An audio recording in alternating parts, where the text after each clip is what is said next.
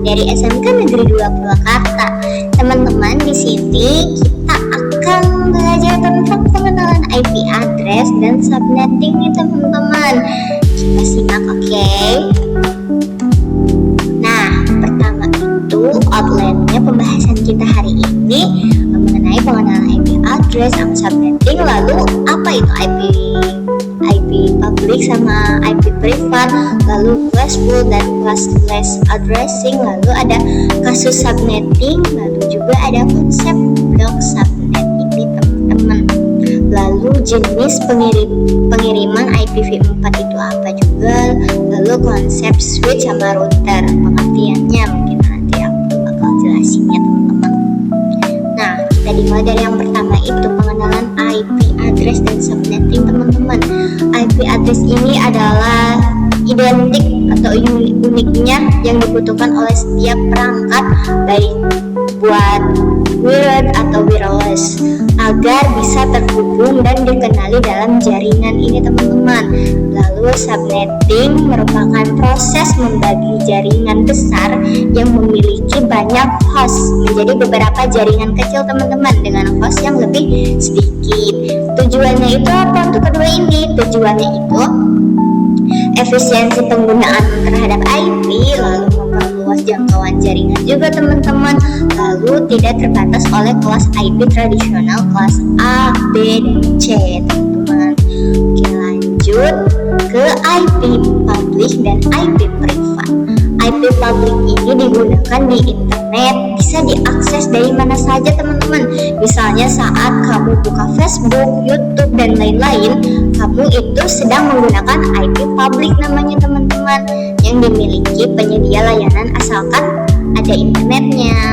Oke, dan mengenai IP privat ini digunakan di jaringan lokal, hanya digunakan jaringan lokal aja teman-teman, tidak bisa diakses semua, tidak bisa langsung diakses dari internet.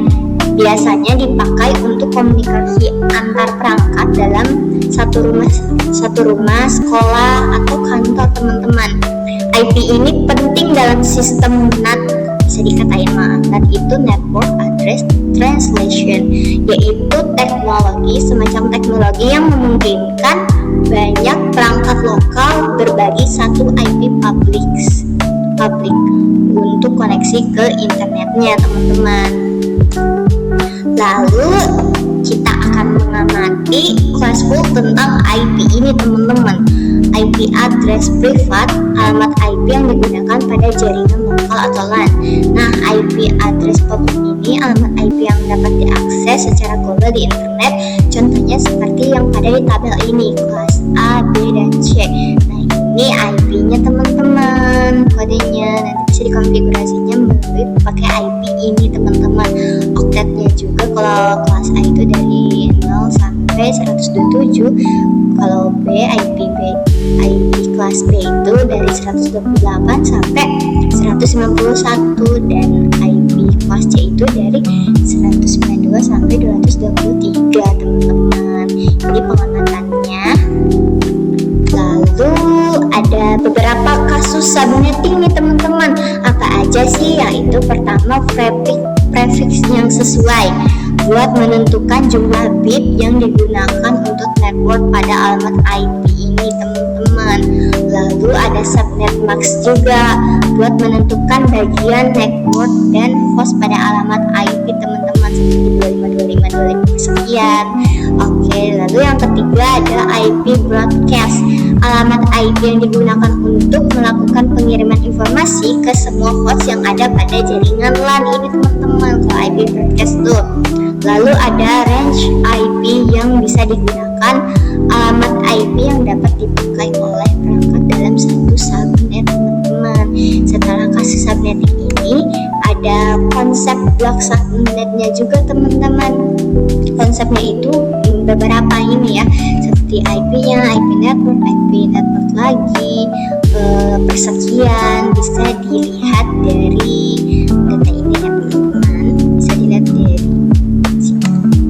Oke, kita lanjut tentang jenis pengiriman IPv4 ini bagaimana teman-teman. IPv4 ini jenis pengirimannya seperti bisa delivery tipe teman-teman, lalu ada broadcast one to all communication, ada multicast one to communication, ada unicast one to one communication. Lalu konsep switch ini, nah ini ada beberapa konsep switch sama router ya teman-teman. Switch yang pertama itu switch perangkat, contohnya seperti ini ya gambarnya. Nah switch ini perangkat jaringan yang digunakan untuk menghubungkan beberapa perangkat dalam satu jaringan lokal saja teman-teman, untuk mengatur pengiriman data agar tepat sasarannya. Nah fungsi utamanya itu ada beberapa nih: menerima dan mengirimkan data ke perangkat yang spesifik, lalu berdasarkan text address switch ini digunakannya, lalu bisa membantu mempercepat jaringan juga teman-teman, lalu bisa berkomunikasi di jaringan lokal yang efisien juga. Nah setelah konsep switch ada konsep routernya juga teman-teman. Router seperti ini contoh gambarnya. Router ini perangkat jaringan yang berfungsi untuk menghubungkan beberapa jaringan yang berbeda dan meneruskan data antar jaringan tersebut. Misalnya menghubungkan jaringan lokal, jaringan LAN ke internet. Fungsi utamanya itu menentukan rute terbaik untuk mengirim data teman-teman. Lalu yang kedua menghubungkan jaringan lokal ke jaringan lain seperti internet. Nah sepertinya sudah pembahasan kali ini.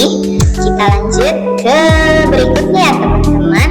Dadah, apabila ada kesalahan kata. Terima kasih.